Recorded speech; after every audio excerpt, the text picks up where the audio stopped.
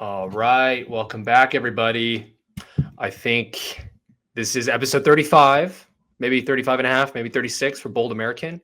You're joined by Rob and Ryan. Connor is sadly out today. And before we kick off the show, Ryan, I have to read a message from Connor. No, wait, whoa. What? Whoa. I have to. It's commander's orders. No, I think that is ridiculous. He is not here, and he's sending you messages to read. So he sent me this as a morning update. I woke up to this morning, believe it or not. So Okay. I'm just gonna breeze through this and then take it or leave it. But I can't really do a good Connor voice. I already want to leave it. You haven't even read anything, and I already want to leave it. So, okay. Go ahead. Okay. So just a little backstory here. Navy came back to win I have to admit, a decisive victory against Temple this weekend. Mm-hmm. Everyone knows that Connor and myself are the biggest Army fans in the fucking world. So I'm just going to read Connor's statement since he's not here. No one cares about Navy. Undefeated and yet still not ranked. The only explanation is that no one cares across college football outside of Navy's fan base. They're having a nice season thus far. However, if a tree falls in the forest, but no one is there to see it, does it make a noise? They are wandering aimlessly in the forest of college football.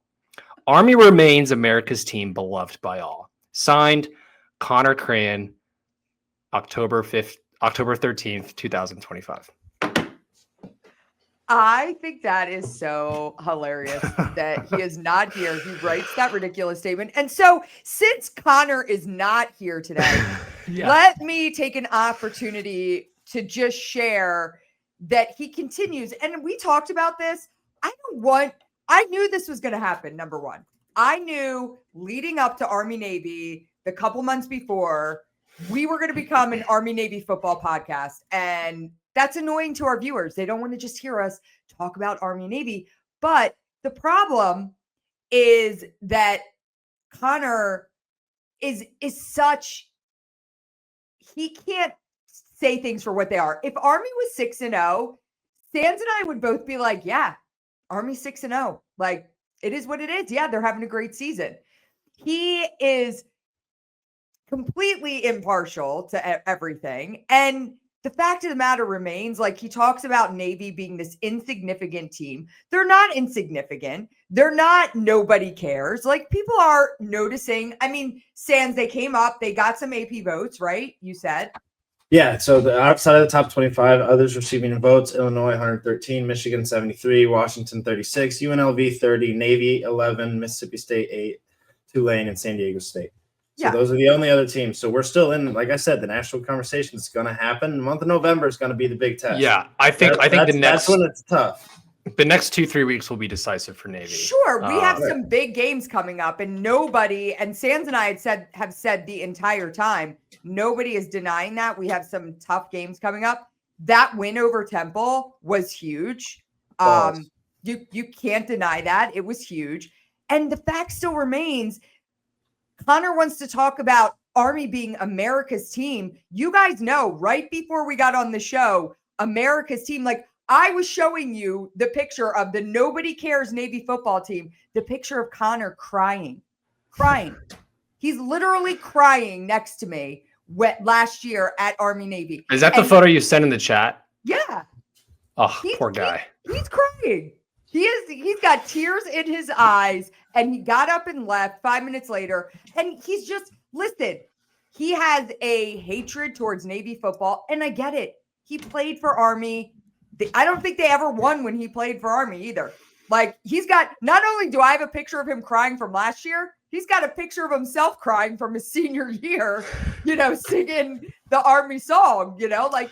And I think that's what fuels this fire so much. Totally. I love healthy banter. I grew up in an Army household, going to Army Navy games where it was back and forth. And I think what's jaded a lot of my generation and Connor's West Point fans and us West Point fans in our age demographic is we experienced, what was it, 12, 13, 14 fucking years of hell. Yeah. So like we go above and beyond when it comes to making fun of Navy, poking fun, and not giving you guys any inch of room to celebrate. And I get it. It's just how we are. Yeah, but I again, you said something really big. You said you grew up with a lot of healthy banter. If people could get a peek into our group chat, like it's not healthy banter because Connor is so jaded. Even you will give a ha to something that like Sands and I says that is legitimately of course. funny. He can't do anything. He is so angry. It's like, I mean, I hope he doesn't have a heart attack before December. Honestly, I'm worried. I'm actually worried. Gonna be like, I think it's gonna be. It's going to be a long 60 days. I think we have 60 days or so, plus minus whatever, until Army Navy. It's going to be a long 2 fucking months. I was telling my wife this. I was telling some other friends. I was like, my after party is after the game. I was like, we're selling tickets well. It's all good. But I'm like, 60 days is a long fucking time. A lot can happen in Navy. You guys still play Notre Dame. A lot can happen to Army. Who knows? Maybe we fucking find another shining star. Air Force. I don't know, whatever. No one cares about Air Force. But there's still 60 days, 60 sleeps. And so I don't know, man. It's going to be November, like Sand said, is going to be super interesting. Yeah. Well, I hope that Connor stays healthy. He gets good rest and drinks a lot of electrolytes because I'm worried about him. I'm worried about his physical health because he's losing it a little. I'll say it. Yeah. Okay. Yeah, well, holds his true disdain. That's what it is. I mean, like you said, Rob, 2002, 2015, you guys got beat 14 straight times. 14 years. So, yeah. And then, last year, the Navy guys and all-time Navy leads the series. So America's team being the losing team doesn't make a whole lot of sense to me when Navy leads the series. But I'll digress on that. But we'll catch up here soon. I think this is enough Navy talk and Army football talk to listen. I wasn't even going to talk. Listeners a little bit. I wasn't even going to talk Navy talk. I was just going to say great win by Navy, but Connor decided not to come on today and then present you with a statement to read. Like he opened up Pandora's box himself. That's ridiculous. It's so funny too because he was like, "Here, Rob, I can't make it. Read this shit." I was like, "Well, okay, it is your show." All right, enough about that. Yeah. Anyways, let's get into the last 72. What really matters: family, friends, all the bullshit we do in our regular lives. Ryan, I'll kick it off to you. How was your last 72? No football talk. What's going on in Ryan's world? No football talk. Last 72, I was actually out in San Diego, which was awesome. Sick. For something pretty cool. I'll share more on that soon. But it was awesome being out in San Diego because Travis was stationed at Camp Pendleton. So I shared a little like reflection piece in my story on Instagram, just kind of very nice. Whenever I'm out there, like Travis loved San Diego. He loved it out there. And so when I would go out to visit him, he just wanted to take me to all his favorite spots. And I mean, there is something about like every time I'm out on the West Coast, especially in San Diego, the weather out there. It's nuts. It's insane. Like, why do we live here? Well, you live in Vegas. It's the California beach tax. Like, I totally get it. I totally get why people live in California and decide to never leave and just stick it out, pay the taxes, pay the high costs on everything. I get it. Even magical. Orange County, even south of LA, like it's all so beautiful. But yeah, San Diego is top. I mean, I woke up obviously because I was on East Coast time. I woke up at like little before 5. And nice. I just went and sat outside. Yeah. I sat outside. I watched the sunrise, did a little yoga and stretching. And I was like, God, what, and then I hopped on a red eye and landed. And it was like 46 degrees when I got off the plane in Philly. And I was like, yeah, terrible. I love Las Vegas as well. Like, obviously we don't have beach here, but there's something after that hot ass summer where it's this beautiful desert like it is right now. Like it'll be 75 and sunny up until Christmas. And like as much as I miss the East Coast, like New York City, Philly, I love it. I want to move back at some point. It's just like, I love the West Coast so much. Yeah. And I'm like, if I'm here, I have to enjoy it. So we'll go to San Diego as often as we can.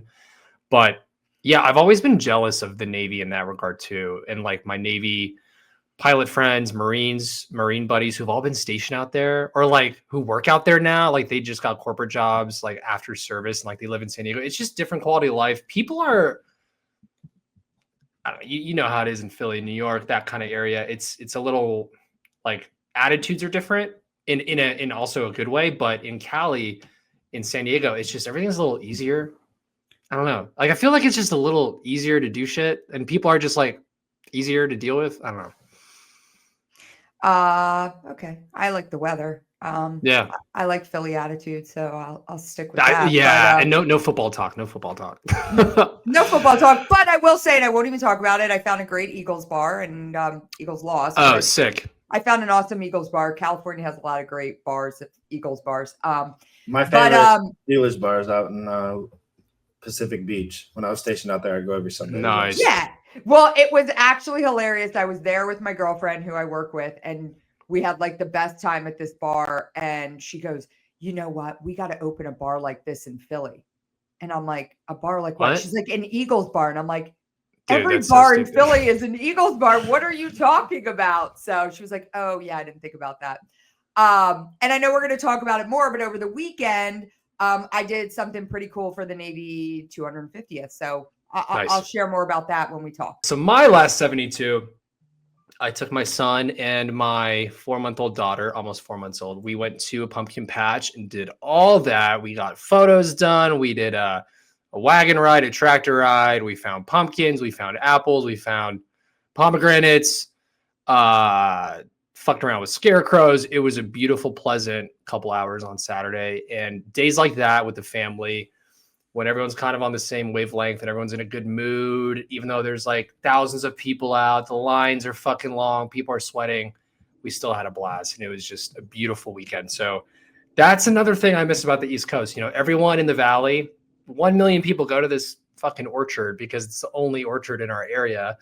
And yeah, anyways, it was super pleasant, super relaxing. I'm finally caught up on some sleep too, now that the baby's a little older, and we just did sleep training. We knocked that out. She's a champ. Awesome. But it's nice to finally just, yeah, I mean, for both of us that are full time, just to have that 6-7 hours at night is such a game changer. It's like an unlock. You feel like a different person when you're getting steady sleep. Yeah. But anyways, no, beautiful weekend. Watched this movie called The Black Bag, a spy thriller. I love fucking spy movies. And then some friends of mine went to NASCAR. I sadly had to sit out. I had to do some work yesterday.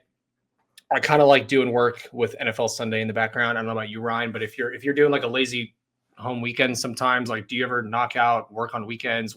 How do you like to like get ready for the work week?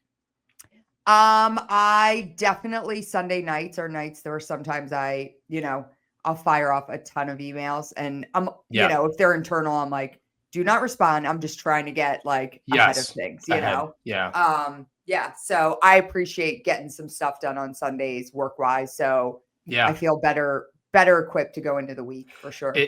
Okay. So we're the same in that regard then. Like, I love just doing an hour or two, German techno blasting, football on one screen. I can just like knock my shit out. It just like sets the tone for the week. Yeah. As brutal as that sounds, it really does set the tone and kicks off a healthy week, I like to say. All right. So looks like everyone's doing well. Sadly, we're missing Connor for this one, but we'll get him back next week. All right. Let's open up with the Navy's 250th birthday. Ryan, talk to us about that. It always sneaks up on me, the Navy's birthday. Obviously, I was not in the Navy, did not serve in the Navy, but I do feel kind of bad that it always just sneaks up on me when I start seeing the social posts or like you do stuff on social media on the gram. I'm like, oh fuck, it's the Navy's birthday again. But anyways, talk to us about it. I mean, I will be completely honest with you. If you ask me what the Navy's birthday was, I don't know. I know the Marine Corps birthday is November 10th. But you know, right. This year is the Navy's 250th birthday. So obviously it's significant.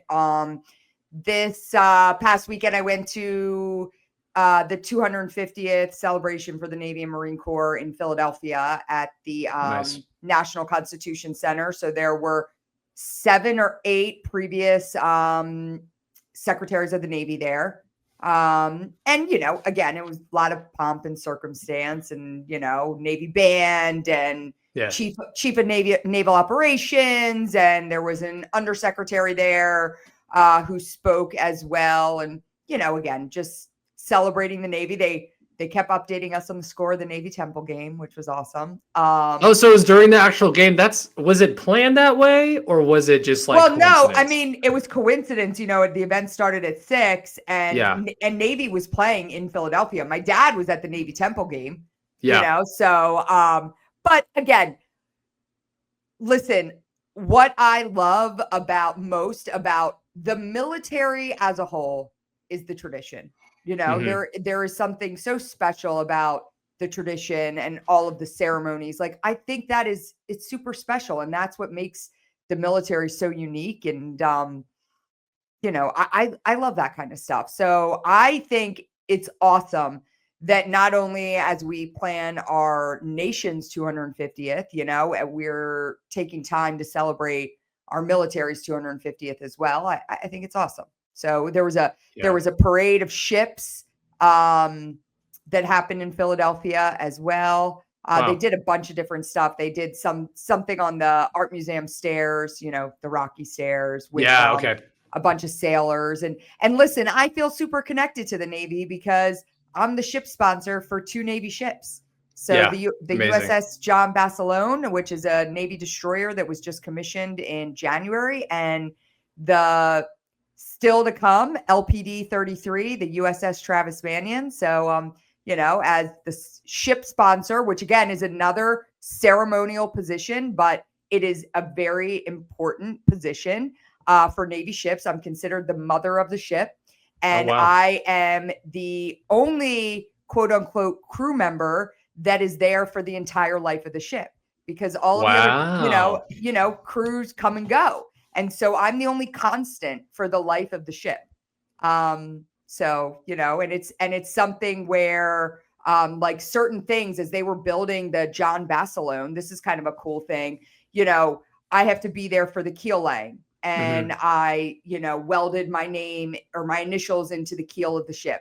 And then once I did that, they could go on to phase 2 for the build of the ship. And then, they couldn't do, I think it was, there was something they could not do until I christened the ship. Wow. I christened the ship up in Bath, Maine. And then, in January, they brought the ship to New York. And in front of thousands of people, the last thing that happens is I stood in front of the crowd and said, "Man this ship and bring her to life." And until I say those words, the crew cannot enter the ship. So as soon as I said it, all of the sailors came running out and running up the ramps onto the ship. That's awesome. Yeah. So for those of us awesome little tidbit there, for those of us that are not familiar with Navy culture, could you kind of talk to us about or walk us through how you became this position for both of those ships? Obviously your brothers in Barcelona, but could you kind of walk us through how long does it when are you notified? How long from start to finish does this happen? Walk us through this whole kind of process in a couple minutes. Every Navy ship has, actually every ship, even cruise ships, have ship sponsors. A lot of them, but and I think they took it from the Navy, right? But Navy ships always have a ship sponsor. It always has to be a female. And most of the time it is, politicians, presidents' wives, every first lady has a ship. And so I was asked, and it's picked by the Secretary of the Navy. So when, the John Basilone, I think I was asked to be the ship sponsor back in 2017 by Secretary Ray Mabus, and John Basilone didn't have any children. And so, cause sometimes it'll be people related to who the ship's namesake is. Right. And so I think he kind of knew about the work we were doing with Travis Manion Foundation. John Basilone was a Marine, and he reached out, and and I didn't really know what a ship sponsor was at that time. And so to go through that process, it was really cool. And then when the Secretary of the Navy, not only do they name the ship sponsors, they're the ones that ultimately decide what ships are named. And so Secretary Del Toro, the former Secretary of the Navy, decided to name a ship after Travis. And we were actually told at the Army-Navy game last year It was the Commandant of the Marine Corps, Sergeant Major of the Marine Corps, and the Secretary of the Navy pulled us into the warming room. And it was my dad, my daughter, and I, and told us that they were naming an LPD, which is a transport ship that transports Marines. So very fitting that they named it after Travis. And then they ended up asking myself and my 2 daughters to be the sponsors of the ship. And really cool about that, when they did the ship naming, in January at the Naval Academy, and Secretary Del Toro said, I believe that your daughter Maggie is the only midshipman that's ever been named a sponsor of a Navy ship. So yeah, that's awesome. So pretty cool for her. Wow, what a cool little fact there. I never knew that about the ship culture and the sponsors and everything. So like, do you have annual check-ins, or are you just like, hey guys, the Queen's here? I mean, we can get on the ship anytime. So the John Basilone is stationed down in Mayport. And, they invite us to all the change of commands. I got them a bunch of stuff to put in there. We brought them a bunch of gifts to put in the ship.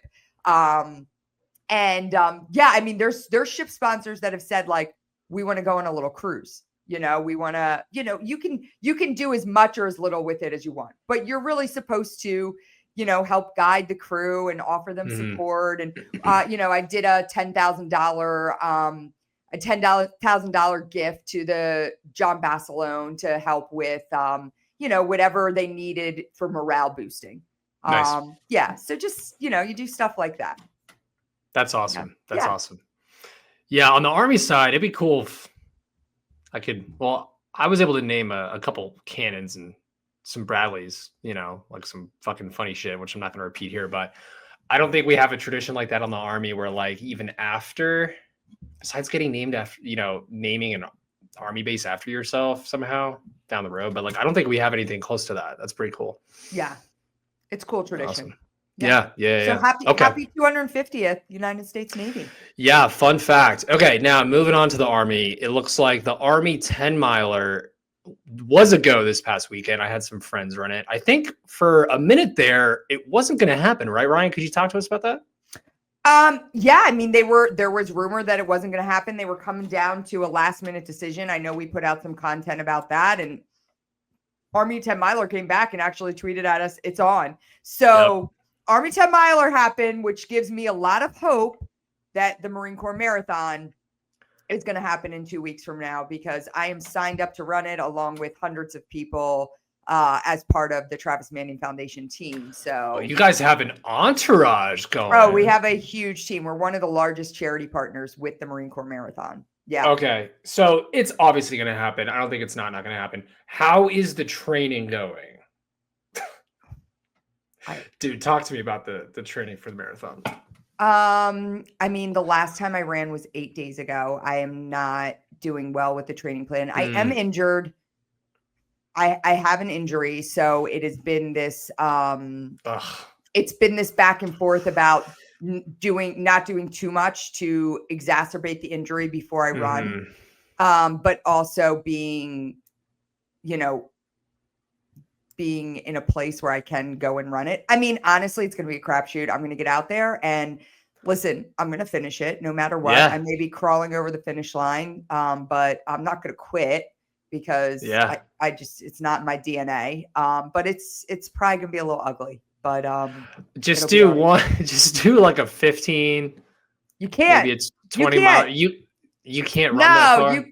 You can't. You have to stay under a certain time limit or you'll get picked up by a bus.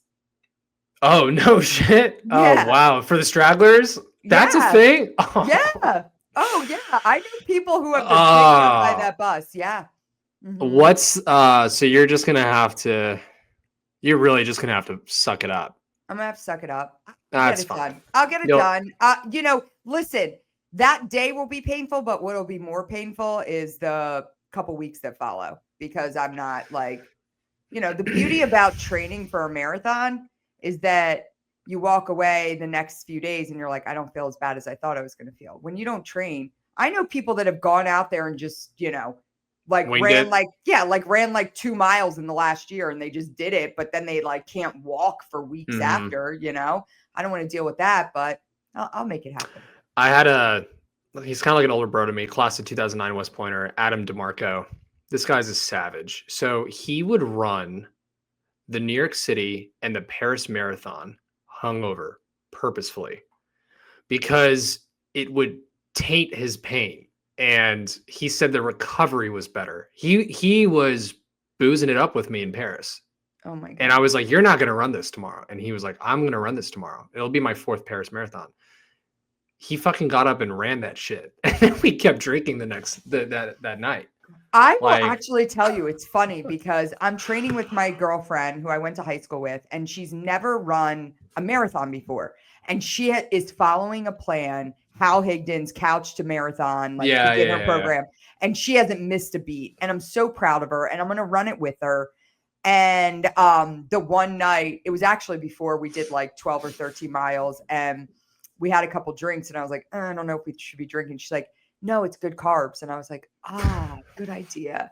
And then, and actually the next day, I wasn't hungover, but the next day I was like, that run was pretty good. I'm like, maybe a couple drinks the night before is the ticket, you know? Is the key. Yeah. I mean, sugar and carbs. Back in the Army days, like a couple, even 8-10 beers, we would still run 5-6 miles the next morning and be fine. I mean, now the rest of the day was kind of shitty, but like the run itself, you're in like this flow state and you're just like, I don't really feel anything.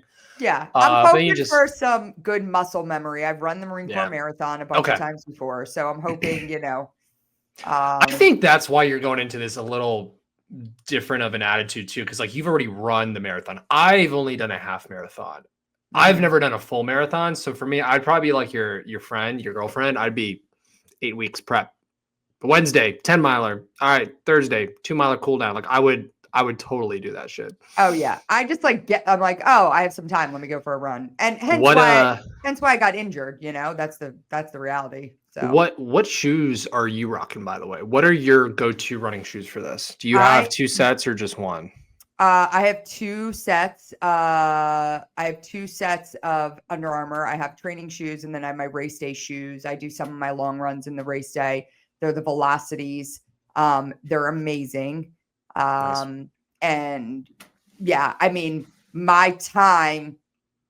my pace has picked up significantly. Now, I won't run that pace for the marathon, but yeah, I did not know until I started training this year for the marathon how much shoes played a factor. Mm-hmm. Last time I did the marathon, the full marathon was in 2019, and I rucked it with Jason McCartney, the founder of Go Ruck. And nice. I wore ballistic trainers, like Go Ruck ballistic trainers. So just like flat-footed training shoes. And I rucked the marathon with him and a 20-pound plate. Nice. That's good. It was like the last 3 miles, I contemplated quitting because it was that painful. You know what? I didn't contemplate quitting. I contemplated taking the 20-pound plate out and just throwing it on the side of the road. Yeah, you're like, fuck it. Yeah. But I didn't. I mean, did you train for that one too? Or did you just wing it? I did train for that one. You can't. Yeah, I 1000% trained for that one. Yeah, I had to. No free shout outs here, but I run with for my long distance stuff, I use the fuel cells from New Balance. Mm-hmm. And I crushed the La Jolla half marathon in those. I did like just over 2 hours, trained for 3-4 weeks, but there's something about like that cushioning.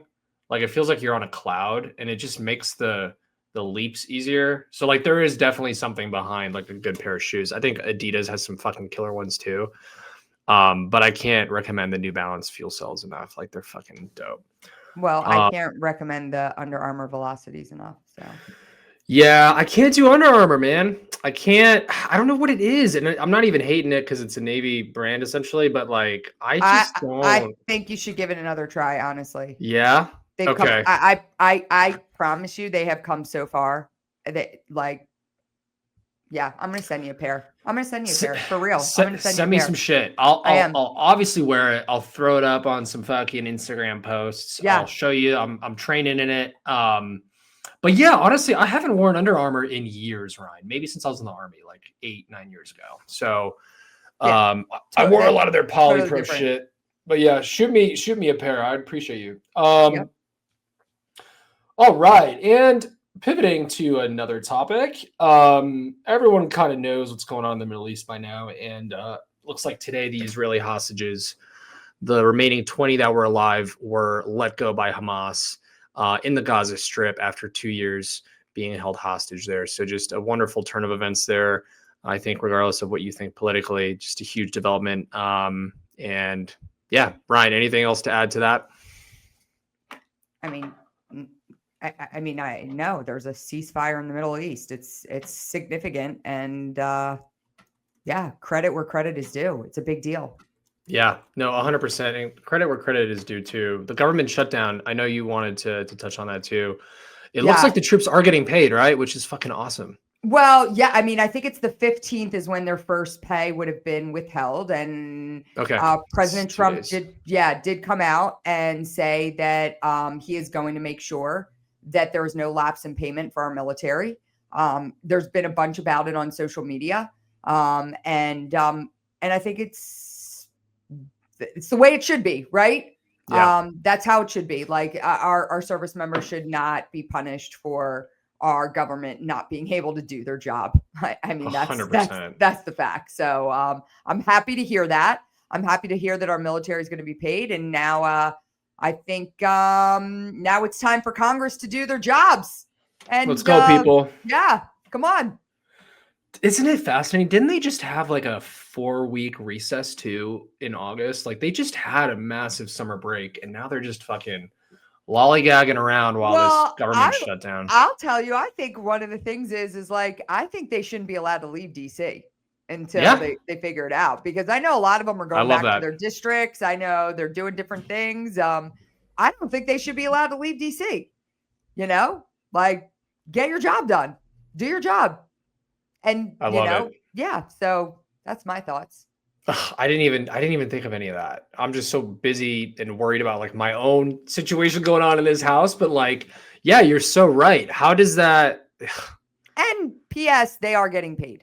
They are. Oh yeah, of course. So that's just of course height of hypocrisy, as I said last week. But when was the last? I feel like this happens like every year or every other year. Am I mistaken? Or is this like? I think the last government shutdown. No, it was. I'm gonna say 2018. I'm gonna look it up. No way. Okay, I was way off. Last government shutdown. Let's see.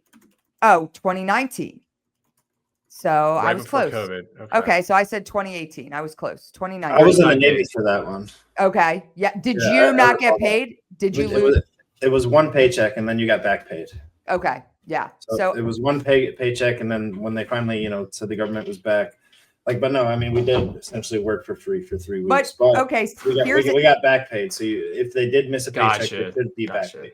But here's a fun fact, and I don't want to toot my own horn, but I kind of feel kind of smart that I knew when the last government shutdown was. But anyway, the Congressional Budget Office estimated that the 2018-2019 shutdown cost the U.S. economy $11 billion, mainly due to federal workers reducing their spending in response to lost pay. Notably, this decrease in spending may not rebound even after the workers received their back pay. So that's the trickle effect of a government shutdown, Yeah. It's so sad. And I mean, I feel like the banks and some of these financial institutions, they're always like playing catch up to this, to give the loans to our service members. I'm like, the writing's on the wall. Like you can kind of see that the government was going to shut down. Like, I don't know. It's just, it's a shame to see. But the main thing is, to your point, our troops are getting paid. Yeah, which will be tomorrow to our listeners. Yeah. As it pertains to our audience, military's getting paid. That's a good thing. Shout out. Yep. Awesome. Who doesn't love a good fucking paycheck, right? Like who doesn't love that? All right. Ryan, anything else, news, topical before we jump into the B block? I don't think so. No.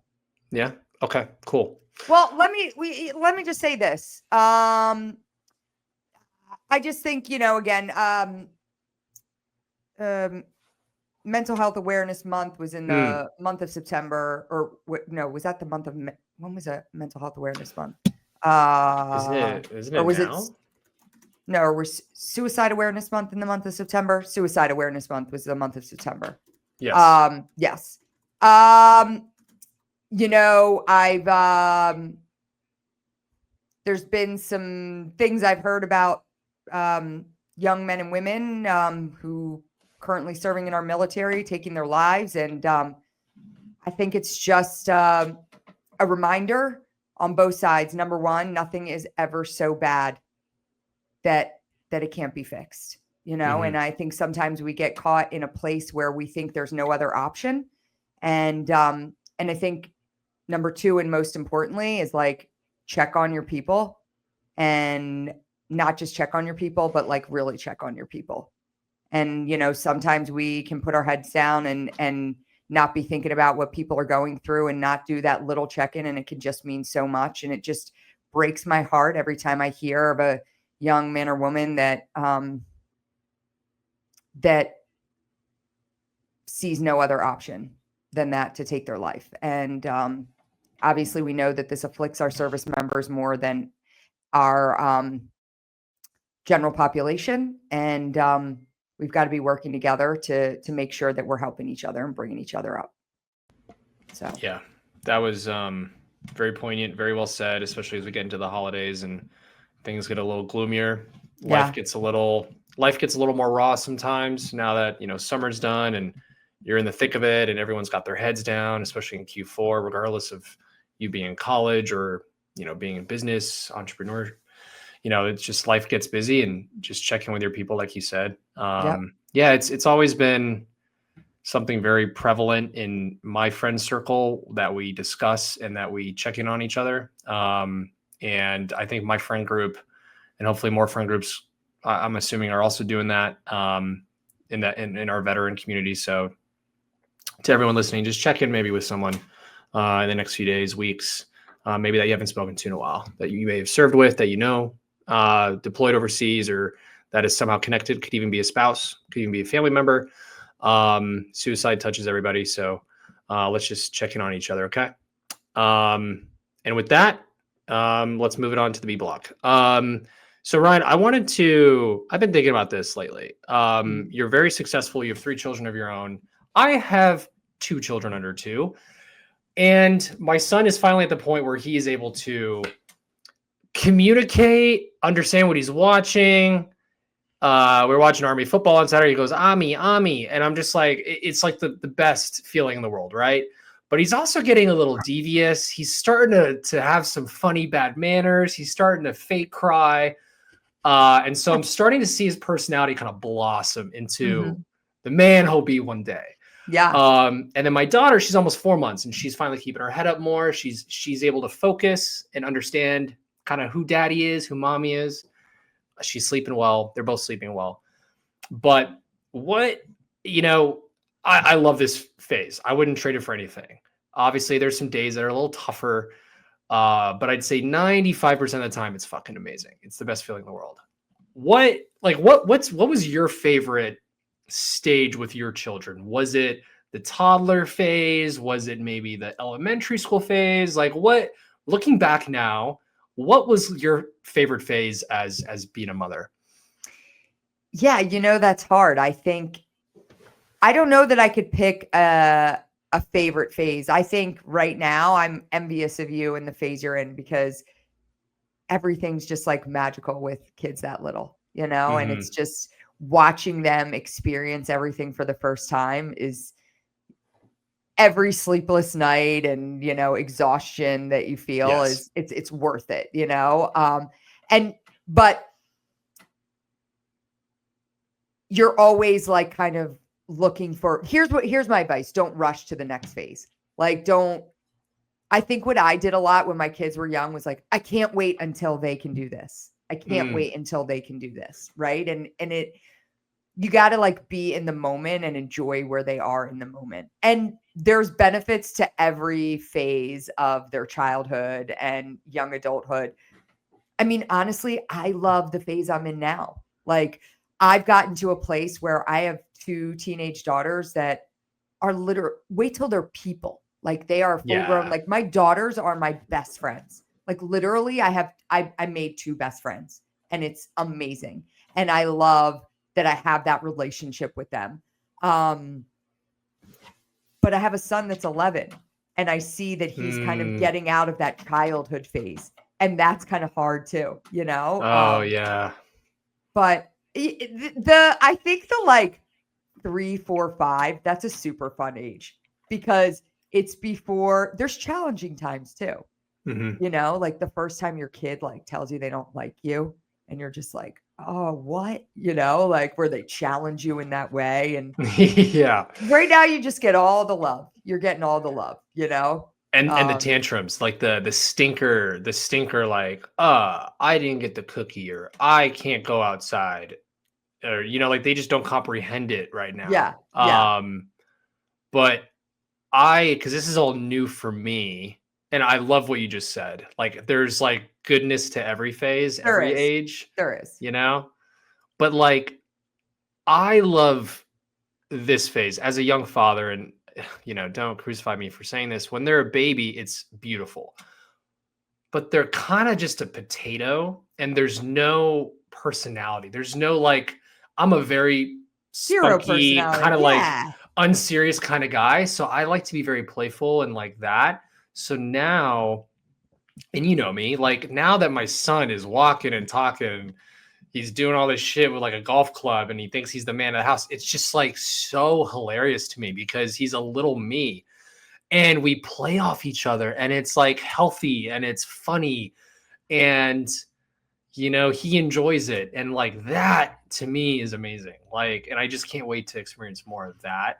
Now there's probably gonna be some challenges down the road where like he'll challenge me to some shit, but I can say is like, being alcohol free and sober too, where I have like full presence and like being able to dedicate to both my children right now. It's just like, it's so awesome. Like eat, sleep, wake up, be dad. Like tonight I'll be solo parenting because my wife will be working. And so I'll have both children for the first time, putting them down, feeding them. And it's just like, I'm excited for that challenge. You know what I mean? Like I'm excited to walk into that and be like, all right, this is it for 2 hours, phones down. And I get to kind of do that. So, you got it, Dad. You can do it. Yeah, but like that's what I look forward to now. It's like I used to look forward to like and you know, maybe one day it'll happen again. I used to look forward to like Monday Night Football. All right, who's playing? Hit up the boys. And there's nothing wrong with that. But like now it's like complete 180 where like 4 or 5 years ago, 2019, 2020, during the start of COVID, I was like, I'm never gonna have kids. I love partying. I love my life. Da da da da. And now I'm like, what a 180 I've done. Cause I'm like, I wouldn't trade a messy dinner with screams and fighting and like a funny like bedtime story for anything. Like it's just like it's crazy how life happens. Yeah. You know? So I just wanted to share some of that to you and some of our listeners. But love it.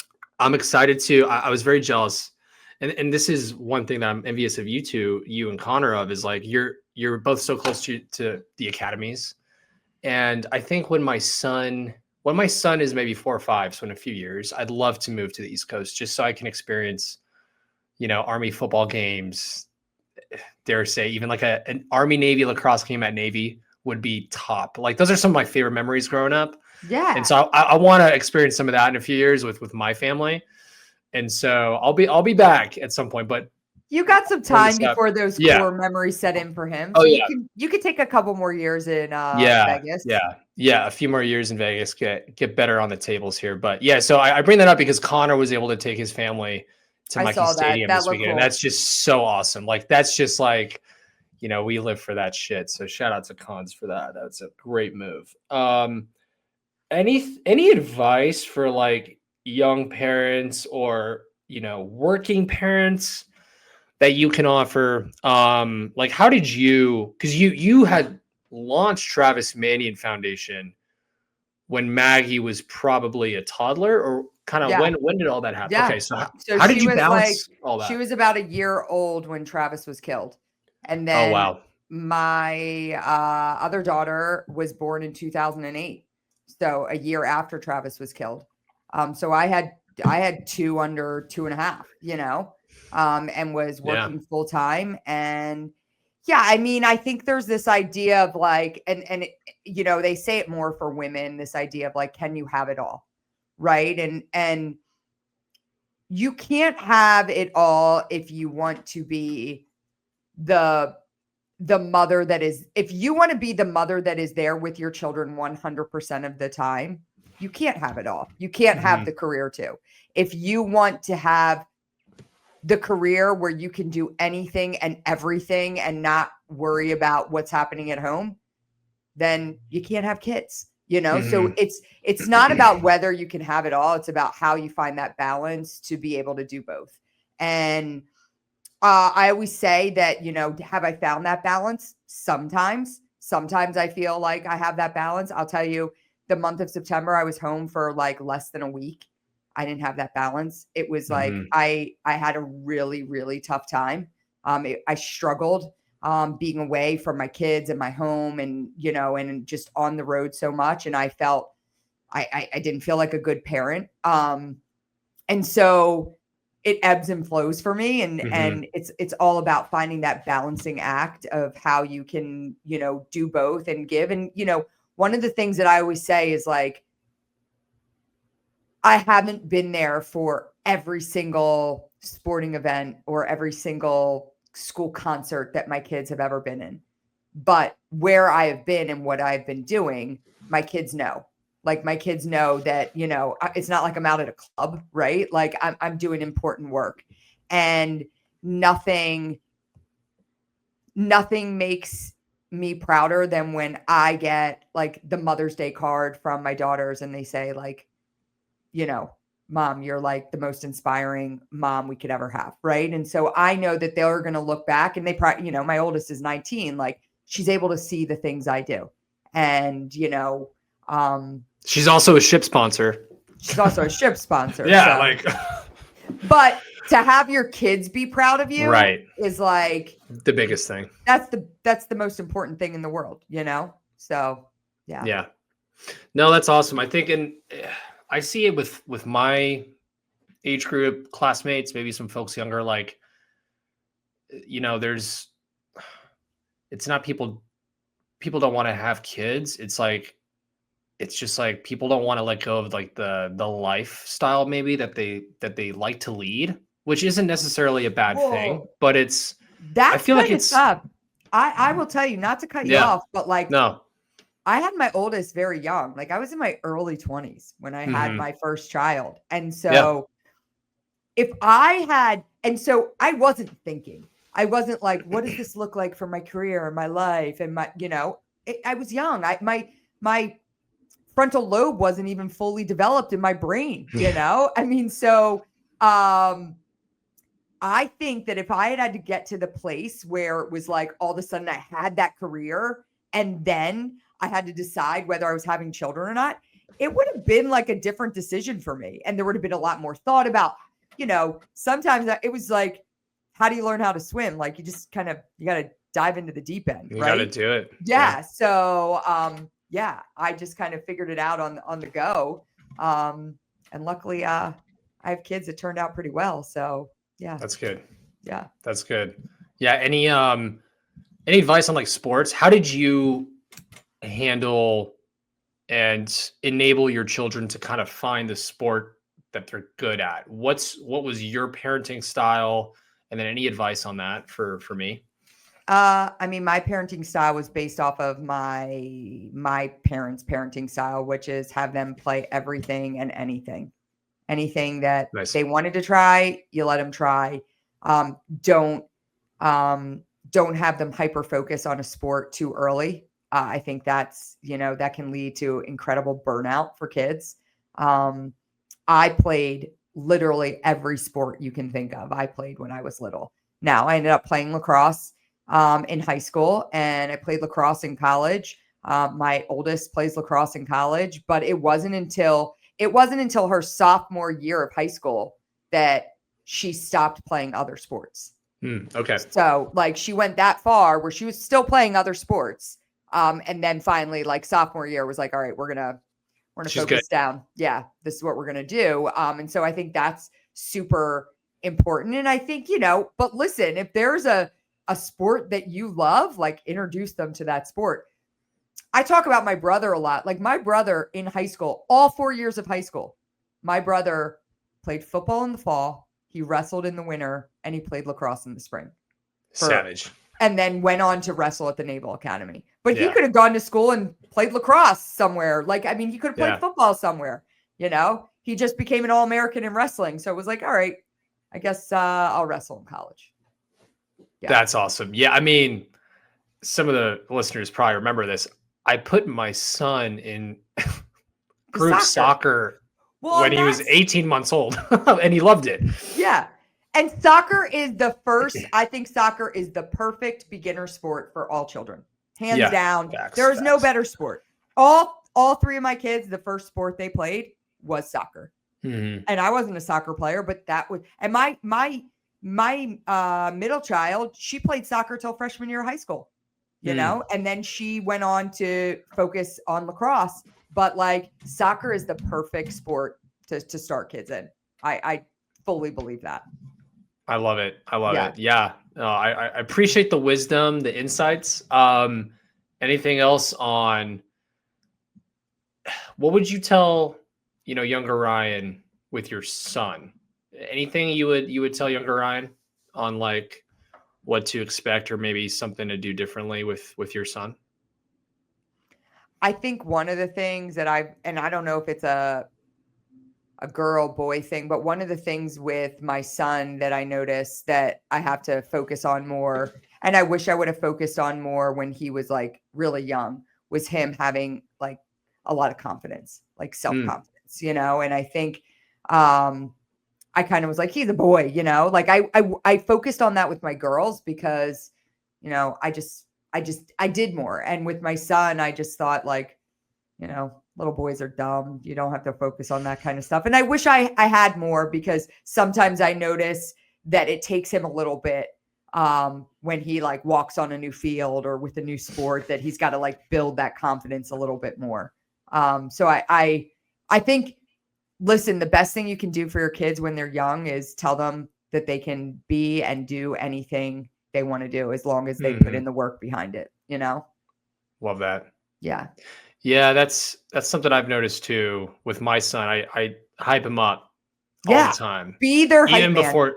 Even before daycare this morning, I was like, "You got this, man. You got this." Yeah. He's like, Ami, and he's just and then he's like all excited to get in. He doesn't even say bye when I drop him off. He just walks in like he's the man, and I'm like, that will help you out so much in life. Even sometimes ignorance and just a little confidence, when things get shitty, it's just like it helps you get through some stuff, even if you're a little baby boy.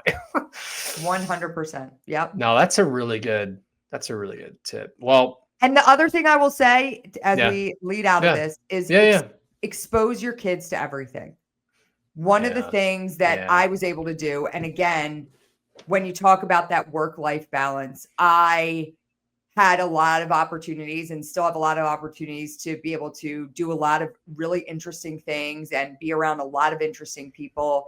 And, when your kids are young, life experiences outweigh a day in the classroom. I fully believe that. And so, there comes a point once they get to like middle school, high school, that it's harder for them to miss school. But if there is something where I'm like, my kid is going to get so much out of being here, I'm going to take my kid out of school and I'm going to make sure they're there and they're experiencing it. So that's awesome advice. I love that. Yeah, that's something I haven't even thought of yet, but I know will probably happen in the next year or two, like as we start to get more busy with family across the country, I start to do more interesting things like there's going to be a time where it's a Tuesday. This is pretty important. Let's get Bjorn out of school and just let's go knock this out. I love that. Yeah.